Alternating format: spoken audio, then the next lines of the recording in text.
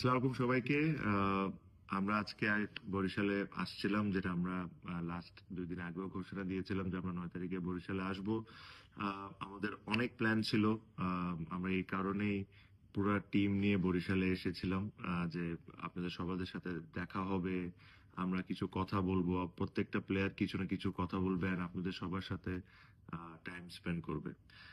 But unfortunately আমাদের ওখানে স্টেজে খুবই খুবই কম সময়ে থাকতে আমরা পেরেছি, বিকজ আমার লাইফে, আমি I have to tell you this, আমার লাইফে আমি এতগুলা মানুষ একসাথে দেখি নাই। আমার কাছে মনে হয় খুব কিছু না হলেও 1.5 থেকে 2 লক্ষ মানুষ আপনারা ছিলেন আমাদেরকে দেখার জন্য।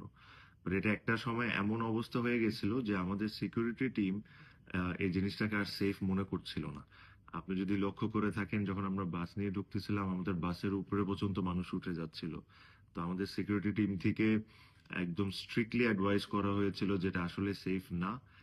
বিকজ স্টেজে যখন আমরা উঠি ওখানে প্রচন্ড পরিমাণ মানুষজন ছিল। সবাই স্টেজে উপরে উঠে যাচ্ছিল, তো প্লেয়ারদের সেফটির কথা চিন্তা করে একটা সময় আমাদেরকে বলা হচ্ছিল যে বাসটা ঘুরে চলে যায়। বাট এতগুলা মানুষ, আপনারা এত কষ্ট করে ওখানে ছিলেন, এই জিনিসটা আমরা করতে পারতাম না। তারপর আমরা যেভাবেই হোক বাস থেকে নেমেছি। সবাই আপনাদের সাথে হাই হ্যালো করেছে, ট্রফিও আমরা আপনাদের সাথে শেয়ার করেছি। বাট আনফর্চুনেটলি আমরা আপনাদের সাথে টাইম স্পেন্ড করতে পারিনি বা আপনাদের সাথে কথাও বলতে পারিনি। আই রিয়েলি রিয়েলি হোপ যে আপনারা এই জিনিসটা বুঝবেন। I know you guys are disappointed যে আপনারা এতক্ষণ অপেক্ষা করছেন, এতগুলা মানুষ আসছেন, বাট আমাদেরকে খুবই খুবই অল্প সময়ের জন্য দেখতে পেরেছেন। বাট আশা করি আপনারা আমাদের কথাটা একটু চিন্তা করবেন, যে একটা সিকিউরিটি সমস্যা ছিল।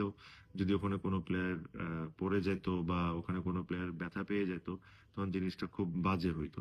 বাট যে কথাটা স্টেজে উঠে বলতে চাচ্ছিলাম আপনাকে এখানেই বলে দিই, যেহেতু ওখানে বলার সুযোগ হয় নাই, যে আমি অনেকগুলা দলে খেলেছি দেশে বিদেশে। আমি ফরচুন বরিশালের মতো ফ্যান বেজ আমি কোথাও দেখি না। আর আজকে আপনারা যে জিনিসটা আমাদেরকে দেখাইছেন, এই I was blown away.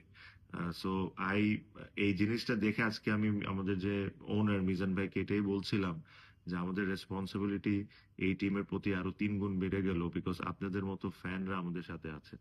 So I thank you on behalf of my whole team, যে আপনারা এইভাবে করে আমাদেরকে সাপোর্ট করেন।